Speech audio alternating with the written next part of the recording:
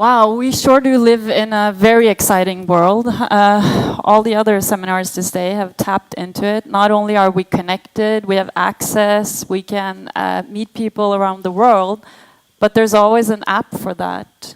And somebody's developing a lot of apps that we had never thought about before we finally see that they're necessary in our lives. I'm going to talk a bit about a trend that I've called the rise of the adolescent CEOs. But first, quickly about myself. I work with tech my whole life. I started as a developer at Telenor way back in the days. I'm not going to reveal my age because I might be a bit older than many of you. And we were developing internet for the phone. I will show you a picture later. After that, I continued working with tech, but not as a developer, more into the product side, because I was always more curious about what does it really take to make a good product. So I led the mobile efforts of Aftenposten for almost 4 years before I quit my job and moved to Silicon Valley. And I've been there now 2.5 years. I live in San Francisco. I work at Innovation House. I know that you already got a good presentation of what Innovation House is. Basically, we work with Norwegian tech startups coming to the Valley. My job is to be not only on top of the trends, but also highly networked so that we can help these entrepreneurs get into the ecosystem. I already see... Sorry, I heard that my neck is too small for this. That's what I was told. I already see two amazing people that have spent more time in Silicon Valley than I have. So you can always go to them afterwards and ask them if I'm really saying the truth or I'm just making it up. Thank you, Ambassador, for a great introduction. Moving there, I was really fascinated about the talent. People are very brainy out there. But not only are they brainy, they're interested in listening to your story. So they're open. And if you need a person, you need to know why. You need to get in contact with somebody, but they will open their network to you, which is pretty unique. And if it hadn't been for that culture, I could not have done my job today. Another thing that I learned pretty fast was that, hey, you can fail. That's perfectly fine. And I don't come from a culture where you kind of talk about your failures. I mean, we don't fail in Norway. So those are some of the things that I pretty quickly thought were amazing. And then again, what the ambassador said, identify a problem and then figure out how you're going to solve it. That's the mindset. Okay, I think you have to click, or should I? It works now, perfect. Okay. Yes.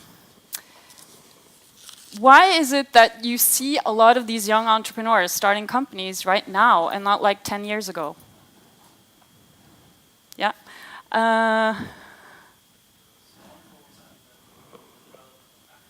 Yes. So you have a lot of internet-based services that were not that easily launched 10 years ago. And the cost of setting up a company is way lower than it was earlier. So this guy here, Nick Deloiso, he's actually from the UK. He was doing his history homework, or I think he had a history exam he was preparing for at the age of 15. What he realized was that Google could not find the information that he needed in order to do a good job preparing for this test. So Nick here, he thought, I see a problem, I need to make a solution. Nick developed an app. He developed a newsreader app. Telling you about my background, working with how can we make money out of people reading news on their smartphones, Nick sort of nailed it. 18 months later, so he developed this newsreader app based on algorithms pulling out the information that you really need. 18 months later, he had turned 17, and guess what? 18 months, 1 million downloads later, Yahoo acquires Sumly, next company, for $30 million. Now that's pretty impressive if you're 17 years old. But he knew what he wanted, And obviously, there were a million other people who also saw that this was broken and downloaded his product. And now it's a part of Yahoo's product portfolio. And I'm really excited to see what the next thing will be for Nick, because he's still just 17 years old. Yeah. So there are a lot of venture capitalists in Silicon Valley. Having a tech background, I have to say that Mark Andreessen is probably one of my favorite venture capitalists. He's the founder of Netscape. Now, out of curiosity, how many people in this room have heard of Netscape? Not bad, not bad. So Netscape was one of the commercial browsers launched at the same time as Internet Explorer. Unfortunately. And Opera. Ooh, how can I do? And Opera. Yeah, so what does this mean? This means that they are investing in young talent. And we haven't defined what we mean with young. We've been discussing what is really youth. I mean, I'm not old. They're talking about investing into boys and girls who are 18 and 19 years old. That's pretty young. That's very young. That's like, we're talking about like college dropouts, but these are like even younger. But these kids have been prepping, so they're not 18 years old and launching companies. They've been programming for several years. They've been doing freelance projects. One of the probably most popular guy is Mark Zuckerberg. Did you guys know he was developing games and that he was doing like advanced computer science classes in his teenage years? Maybe not.